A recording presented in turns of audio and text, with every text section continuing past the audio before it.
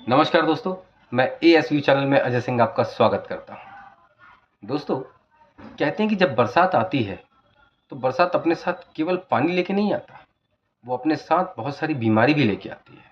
बरसात का मौसम बीमारियों का ही मौसम होता है दोस्तों, मैं आपसे ये बात इसलिए कर रहा हूँ क्योंकि हमारे देश के 3 राज्यों में इस समय एक वायरस ने बड़ा तहलका मचाया हुआ है। उस वायरस का नाम है चांदीपुरा वायरस। हो सकता है आपने इसके बारे में सुना भी हो या ना सुना हो। ना सुना हो तो सुन लीजिए दोस्तों, ये आपके लिए बड़ी ज़रूरी खबर है। दोस्तों, इस समय गुजरात के अंदर इसका बड़ा आतंक है। इसने पूरे गुजरात को अपने कब्जे में लिया हुआ है। और ये जो वायरस है चांदीपुरा वायरस, ये सबसे ज़्यादा अगर घातक किसी के लिए है तो वो सिर्फ बच्चों के लिए, वो भी 15 साल और उससे कम उम्र के बच्चों के लिए।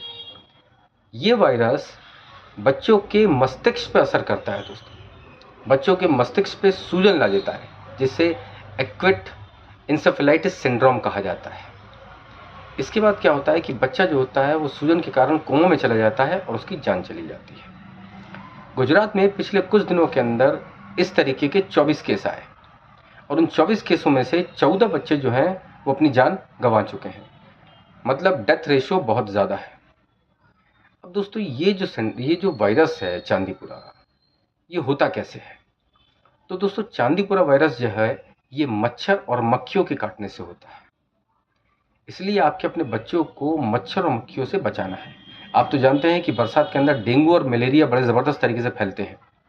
उसी के साथ ये चांदीपुरा वायरस भी फैला हुआ है। अच्छा दोस्तों, ये चांदीपुरा वायरस नया नहीं है। ये 1966 में इसकी पहली बार इसका पता लगा था, 1966 में।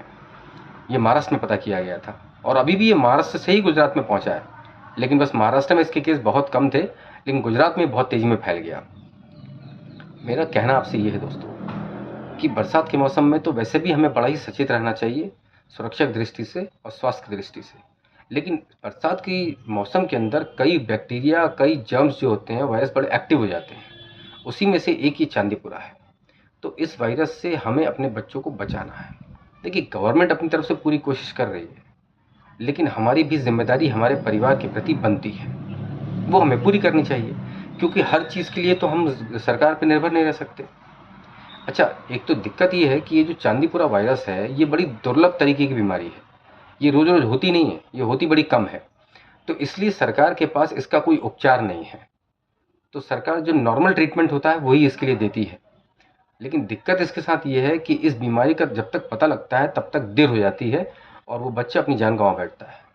इसके लक्षण हैं जैसे बुखार आ जाना, फ्लू हो जाना, सर्दी जुकाम बहुत तेज़ी में हो जाना, है ना। और उसके बाद सबसे बड़ी बात कि एक्यूट इंसेफेलाइटिस सिंड्रोम, यानी आपके मस्तिष्क पर सूजन आ जाना। अब मस्तिष्क पे सूजन आती है जिसकी वजह से वो बच्चा जो है वो कोमा में चला जाता है और बच्चा कोमा में जाता है तो बड़ी दिक्कत आ जाती है। अच्छा, सरकार को ये पता करने में टाइम लग जाता है 1 से 2 दिन, तब तक और देर हो जाती है। अगर सही समय पे इसका पता लग जाए तो हम जो नॉर्मल उपचार होता है वो दे के भी बच्चे को बचा सकते हैं।